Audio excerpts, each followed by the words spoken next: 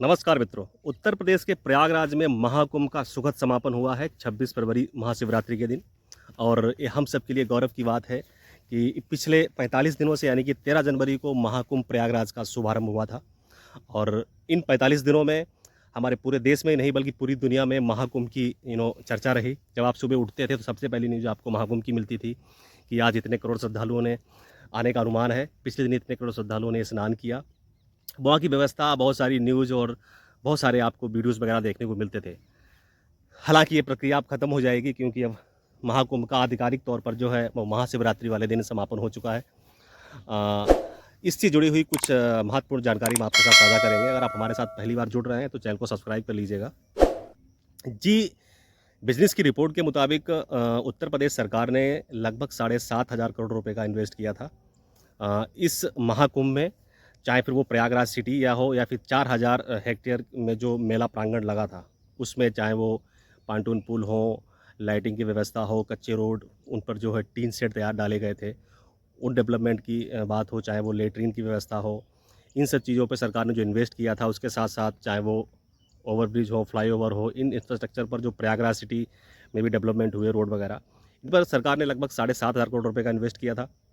जी, business की report के मुताबिक लगभग 3 लाख करोड़ रुपए का जो है एक व्यापार हुआ है और इसमें उत्तर प्रदेश की जो जीडीपी है उसमें 1% का जो है वो ऐड ऑन होगा, यानी 1% की बढ़ोतरी होगी टोटल जीडीपी में। तो आप अनुमान लगा सकते हो कि कितना बड़ा यह एक धार्मिक जो है अनुष्ठान सुखद और संपूर्ण तरीके से संपन्न हुआ है। ये हम सब के लिए, हर भारतीय के लिए गौरव की बात है। अगर हम बात करें जनसंख्या की, दुनिया में भारत नंबर 1 पर जनसंख्या में है, उसके बाद चाइना आता है और तीसरा अगर कोई देश है तो 45 दिनों के लिए एक तरीके से बना था महाकुंभ प्रयागराज, जहाँ पर 45 दिनों के अंदर 13 जनवरी से लेकर और 26 फरवरी तक 65 करोड़ से ज़्यादा श्रद्धालुओं ने जो है वो महाकुंभ में आए हैं। उन्होंने श्रद्धालुओं ने डुबकी लगाई है, वहाँ आना-जाना रहा है। तो यानी कि आप ये कह सकते हो कि दुनिया में का तीसरा ऐसा देश कुछ समय के लिए बना जिसकी आबादी इतनी ज़्यादा थी। क्योंकि अमेरिका की आबादी भी इतनी नहीं है, अमेरिका की आबादी से दुगने लोग जो है जो महाकुंभ प्रयागराज में आए। तो ये अपने आप में एक बहुत बड़ी बात है और इससे उत्तर प्रदेश की जीडीपी, भारत की जीडीपी को बूस्ट मिलेगा। दुनिया को मैसेज गया है कि जिस तरीके से भारत ने बहुत ही और वहाँ की उत्तर प्रदेश की सरकार ने इतनी व्यवस्थित तरीके से इतने बड़े आयोजन को बहुत ही सफलतापूर्वक संपन्न किया है। 15,000 से ज़्यादा सफाई कर्मी इसमें मेले में लगे हुए थे, जो साफ़-सफाई का काम देख रहे थे। 50,000 से ज़्यादा पुलिसकर्मी और होमगार्ड थे। कैमरे थे, वो एआई सुविधा से लैस कैमरे 2,700 लगाए गए थे। उसके साथ-साथ अगर हम बात करें, तो फ़्लाइट्स की अगर हम बात करें, तो इन 45 दिनों में 2,800 से ज़्यादा यानी 2,800 से ज़्यादा फ़्लाइटों का आना-जाना रहा। 14,000 से ज़्यादा ट्रेनों का आना-जाना फेरे हुए। उसके साथ-साथ जो बसों से या फिर निजी वाहन से करोड़ों की संख्या में लोग पहुँचे। सबसे ज़्यादा जो श्रद्धालु प्रयागराज महाकुंभ गए हैं वो सड़क के थ्रू गए हैं। लगभग 82-83% लोग जो है वो सड़क के थ्रू गए हैं, जबकि 15% के आसपास लोग जो है वो रेल के थ्रू गए हैं और 3% के आसपास लोग जो है जो हवाई यात्रा के थ्रू गए हैं। तो ये बहुत बड़ी गैदरिंग थी, दुनिया में इतनी बड़ी गैदरिंग धार्मिक अनुष्ठान के तौर पे कहीं नहीं देखने को मिली है। तो ये एक बहुत ही सफलतापूर्वक और बहुत बढ़िया तरीके से उत्तर प्रदेश सरकार के द्वारा ये महाकुंभ प्रयागराज का जो दिव्य कुंभ जो है वो संपन्न हुआ है। ये हम सबके लिए गौरव की बात है, हर सनातनी के लिए, हर भारतवासी के लिए गौरव की बात है। प्रयागराज महाकुंभ का जो आयोजन है बहुत ही सफलता और सही तरीके से हुआ है। 1.5 लाख से ज़्यादा लेटरिनें थी जो बनाई गई थी श्रद्धालुओं के लिए, साफ-सफाई की व्यवस्था थी। मैंने खुद अनुभव किया इन चीज़ों का, मैं उन्हीं लैट्रिनों में गया जो बनाई गई थी। साफ़-सफ़ाई की बात करें तो इतना क्राउड है कि साफ़-सफ़ाई नहीं थी, वो इन चीज़ों को मैं एक्सेप्ट करता हूँ। उसके साथ-साथ अगर हम बात करें तो जो मोबाइल चार्ज की सबसे बड़ी व्यवस्था थी कि इतने सारे लोग जा रहे थे, वो अपने मोबाइल कहाँ चार्ज करते? तो मोबाइल चार्जिंग के लिए पोर्ट बनाए गए थे। पानी के लिए आरओ वाटर यानी रिवर्स ऑस्मोसिस का जो पानी था वो फ्री में वाटर एटीएम तैयार किए गए थे, वो फ्री में पानी मिलता था पीने के लिए। तो ये व्यवस्थाएँ थी। उसके साथ-साथ कारोबार की अगर हम बात करें तो ऐसा भी नहीं था कि वहाँ पर चीज़ें ज़्यादा क्राउड की वजह से महँगी थी। भारत में ₹10 की अच्छी चाय मिल जाती जो आप पी सकते हो। महाकुंभ में भी ₹10 की अच्छी क्वालिटी की चाय मिल रही थी। खाना भी 100 से ₹150 का ठीक-ठाक मिल जा रहा था। रुकने के लिए चाहे वो टेंट सिटी हो, अलग-अलग तरीके के जो है लोगों के लिए अलग-अलग व्यवस्थाएँ की गई थी। सरकार की तरफ से भी की गई थी, समाज सेवी की तरफ लोगों की तरफ से भी की गई थी। प्रयागराज का महाकुंभ ये अपने आप में एक अनोखा था, अद्भुत था, जहाँ पर क्राउड उम्मीद सरकार को लगता था शुरुआत में शायद 40 से 45 करोड़ लोग आएँगे, लेकिन ये आंकड़ा 65 करोड़ से ऊपर पहुँच गया।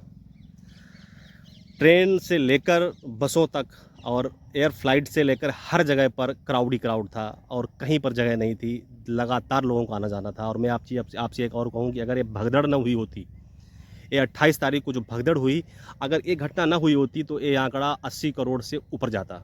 लोगों ने थोड़ा सा शायद पीछे हटे हैं, लेकिन मुझे नहीं लगता कि भीड़ कम नहीं हुई। लेकिन भीड़ कम नहीं हुई, कहीं पे ऐसा नहीं लगा कि भगदड़ की वजह से रोड खाली हो गए हों, सड़क खाली, ऐसा कुछ नहीं था। पैक टू पैक था। मैं जिस दिन भगदड़ हुई उसी दिन लगभग 3 या 4 घंटे पहले मैं प्रयागराज से निकला था। उसके बाद जब मैं रास्ते में था, सुबह जब लखनऊ पहुंचा तब मुझे पता चला कि वहाँ पे भगदड़ हुई है और ऐसी घटना हुई है। लेकिन बहुत ही अच्छे तरीके से सरकार की तरफ से, पुलिसकर्मियों की तरफ से, समाज सेवियों की तरफ से, सुरक्षा कर्मियों को मैंने देखा है हाथ से कूड़ा उठाते हुए। घाट के किनारे नमी की वजह से कूड़ा चिपक जाता है। सफाई कर्मियों को हमने हाथ से कूड़ा उठाते हुए देखा। जगह जगह डस्टबिन थी, लेटरिन की व्यवस्था थी, नल जगह जगह लगे थे और हज़ारों की संख्या में लगे थे। लेकिन जब बात करोड़ों में है और जब बात ऐसे लोगों में है जो श्रद्धालु भले 60 करोड़ से ज़्यादा हम बता रहे हैं वहाँ गए हैं, लेकिन उसमें कुछ लोग ऐसे होते हैं जिनको साफ़ सफाई से लेना देना नहीं है, जिन्होंने पानी पी तो बोतल ऐसे फेंक दी, जिन्होंने लेटरिन गए तो पानी नहीं डाला।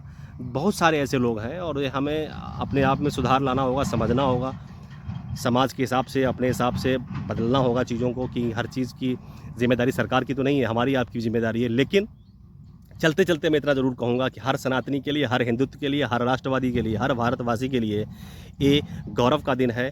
भारत का सबसे बड़ा धार्मिक अनुष्ठान, धार्मिक गैदरिंग, जिसमें 65 करोड़ से ज़्यादा श्रद्धालु जो है 45 दिन के अंदर महाकुंभ प्रयागराज में इकट्ठे हुए या आना जाना जिनका बना रहा। सभी जाति, सभी धर्म, सभी वर्ग के लोगों का आना जाना रहा वहाँ पर। किसी प्रकार की कोई धक्का मुक्की नहीं थी, कोई लड़ाई नहीं थी, कोई किसी प्रकार का वहाँ पर ऐसा सुनने को नहीं मिला। जाति को लेकर, पाति को लेकर, धर्म को लेकर राजनीति भी नहीं थी। बाकी चर्चाएँ तो होती रहती हैं, हमारा देश है, राजनीतिक नेता लोग, संत लोग कुछ बातें चीतें करते रहते हैं। लेकिन मेरा अपना वहाँ का धरातल का जो ग्राउंड एक्सपीरियंस है वो ये कहता है बहुत अच्छी व्यवस्था थी।